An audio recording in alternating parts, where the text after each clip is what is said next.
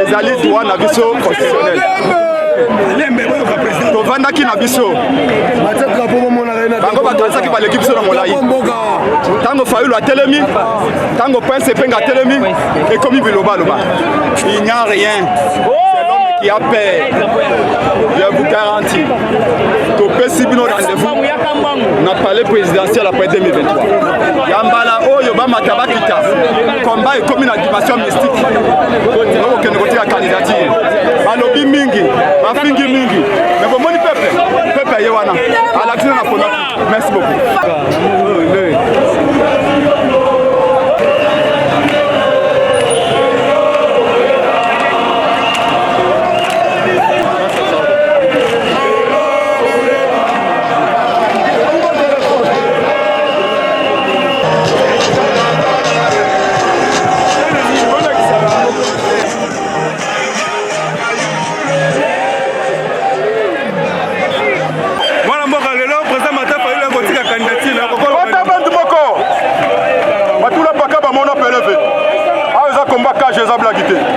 Donc, au monument de Mbokandé, c'est Peli.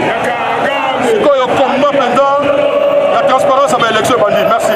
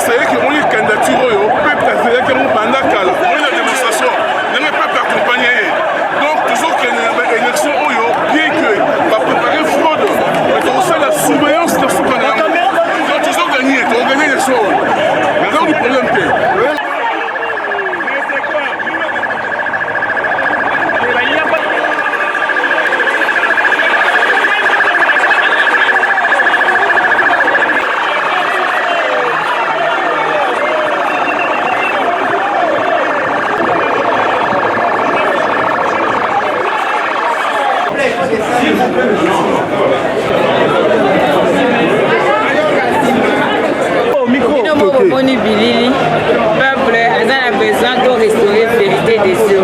Peuple a lingi lelo, le choix naé, ils ont respecté. Yango lelo a lobby, avec accompagner son choix au exercer qui était aligné cette fois-ci, à la portée et puis à exercer pour que le Congo est à la fort, digne et prospère. Le peuple congolais, oui, c'est vraiment ce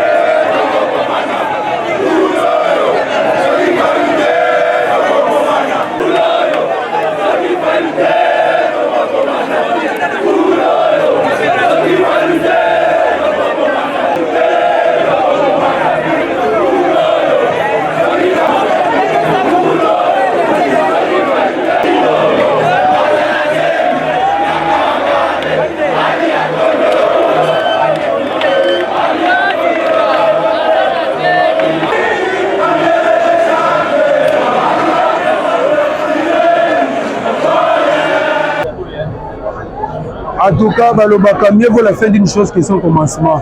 Léo Nzolé. Donc, tu sais, les Congolais, ils sont à 4 points à RDC Mobimba. Journal Lelo, ils ont journée Oyotoye pour récupérer victoire na biso bayibaki na 2018. Et pas ndeko Chilombo Nananga. La ministre de Zabouetoa a un CENI. Tu as un dossier juste pour la formalité. Mais à vrai dire, le président élu Martin Fayulu déjà va voter, déjà va connaître. Azan adversaire devant été. Yango bomoni lelo Kinshasa ville est paralysée. Ninya ko lebesa te. Soki bomoni le président élu Martin Fayulu ayiko tika nini de sena awa, eza parce que ayoti kolela ba Congolais. Ba Congolais ba lobi ete tomoni mutu mususu azali te. Même si kadi mazoki na biso na ndenga mabe ya nyamu. Alinga yiba ba élection pour l'élection la biso Chilombo. Mais biso ba Congolais to décider to bigano yo tia libaya. Comme ça, nous sommes réveillés. Et vous allez lire ata voix moko Congolais ba koyiba yango te. Yango na message yango na c'est-à-dire parce que le président Martin Fayulu n'avait pas boycotté les élections, il n'avait pas aussi quitté le processus électoral. Nous sommes dans le processus et nous allons veiller. Maintenant, nous allons veiller pour que cette fois-ci, conformément à la résolution 30, il y a manifeste, il y a congrès na biso, conformément à la résolution 30. Donc, si l'aventure, un individu ou un groupe d'individus ose encore de voler la victoire du peuple congolais, nous n'aurons pas d'autre choix que de la récupérer comme tous les peuples souverains l'ont fait. Donc, nous disons ceci. Kadi mazola nangai, chilo mazola nabiso. Makamuna bino wana ya wasaba hold up, badil, tout ça, bakobuma l'africaine, te le biba foba, chala. Oh, Zali, un grand révolutionnaire. J'espère qu'il y a le monde, il y a Kimpa Vita. Et ça déjà animé 4 biso. Donc, tu es petit cas, dossier pour nous remplir la formalité, mais le président Ali Martin Fayulu déjà va ponailler déjà les cas. Il y a un message. Quand on a dit ceci, qu'on s'allie pour de l'autre côté, tous êtes déterminés, nous irons jusqu'au bout. Ah, monsieur. On fait les idées. C'est un calme. Institué un cadre de concertation entre la CENI et les partis prenantes, c'est-à-dire les candidats présidents de la République. pour qu'on définisse les règles du jeu et qu'on les comprenne. J'ai évoqué l'article 47.3 et 47.5. J'ai dit au président de la CENI, ma présence ici, ma candidature, le fichier électoral n'est pas connu. Je lui ai expliqué, je lui ai dit que dans l'opération d'octroi des duplicata, on continue à enrôler les gens. Il m'a demandé de donner des exemples. Je lui ai donné des exemples. Il y a des gens qui sont partis sur 10 personnes. Il y a au moins 6 qui ne retrouvent pas leur nom. On leur fait de nouvelles cartes avec des nouveaux numéros. Il y a des gens qui prennent des duplicata, oui, avec le même numéro. Ceux-là, on trouve leurs données dans la machine, dans les serveurs. Donc il y a un problème sérieux de crédibilité. Donc je dis au président de la CENI qu'il ne peut pas penser que ce processus lui appartient ou appartient à la CENI seulement. C'est un processus du peuple, c'est un processus de parties prenantes, donc il faut qu'il se ravise. Et sinon, ça ne peut pas aller, on ne le laissera pas faire ce que plus tard, on n'acceptera à personne de voler la victoire du peuple. C'est pour cela, je lui ai dit qu'il a fait quelque chose. Il a dit que les résultats seront publiés bureau de vote par bureau de vote. Mais ce n'est pas suffisant, ça c'est dans la loi. Les résultats doivent être proclamés. Et comme ça, les gens à qui on aura donné les machines chez eux, des gens qui ont des cartes d'électeurs fictifs, des électeurs fictifs, ces gens-là ne pourront pas transférer le résultat dans les serveurs. Si vos décideurs sont pris en compte parce que aujourd'hui, nous avons réveillé, ou mieux éveillé, la population congolaise. Donc la population connaît ce que c'est que le fichier électoral. La population va faire la surveillance citoyenne. Donc le jour du vote, les gens vont rester dans les bureaux de vote jusqu'à la proclamation des résultats et pour voir si cette proclamation reflète réellement la réalité. Est-ce que vous êtes sûr qu'il y aura les élections le 20 décembre? Je ne suis pas sûr. Nous avons demandé à la CENI, étant donné que nos pères spirituels, la mission d'observation électorale, CENTO et CC, est allée dans une étape supérieure, c'est-à-dire la tabulation parallèle du vote. Regardez sur place. Et là, ça nous donne confiance. Mais ceux de mes compatriotes, de mes membres qui n'avaient pas déposé pour législatif, est-ce que vous pouvez ouvrir? Il y a eu des débats. Les auditeurs, par exemple, ils ont menti. Ils ont dit qu'ils ont reçu et signé. Okay? Alors, lui, il dit que non, ils n'ont pas dit. J'ai dit que je vais lui envoyer là où c'est écrit. Il dit envoie-le-moi. Dès que je rentre chez moi, je l'envoie et je vous envoie les journalistes pour dire voilà ce que les auditeurs des Kadima ont dit et qui sont des menteurs. Comment on peut faire un audit? Un audit d'un fichier de 49 millions de personnes en 5 jours. Et dans ces rapports d'audit, lisez les rapports d'audit de l'OIF de 2018 et lisez ces rapports, vous allez comprendre. Ce n'est pas sérieux. Ce grand pays, le Congo, est aujourd'hui ridiculisé. Il est à la risée du monde parce qu'on prend des gens qui viennent ici pour satisfaire les volontés de certaines personnes. Non. Tant que je serai ici, je vivrai et que Dieu me donnerait encore de la force, je ne laisserai passer aucune fois. Merci président, merci président. Vos micros sont là. Allez-vous.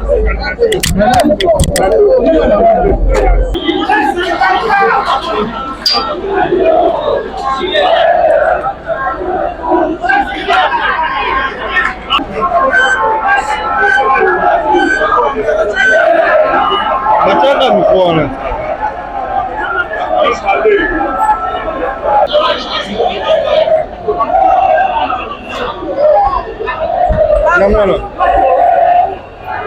Namala se.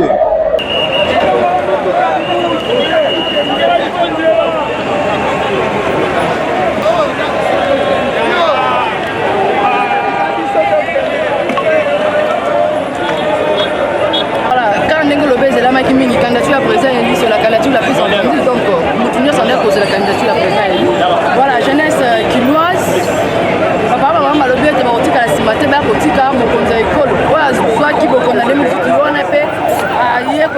na po ete azo si bokonzi na ye bongo na epesamaki na 2000 yango na epesamaki na 2000 nakoloba na bamama nyonso ya bongo bamama bamoni ample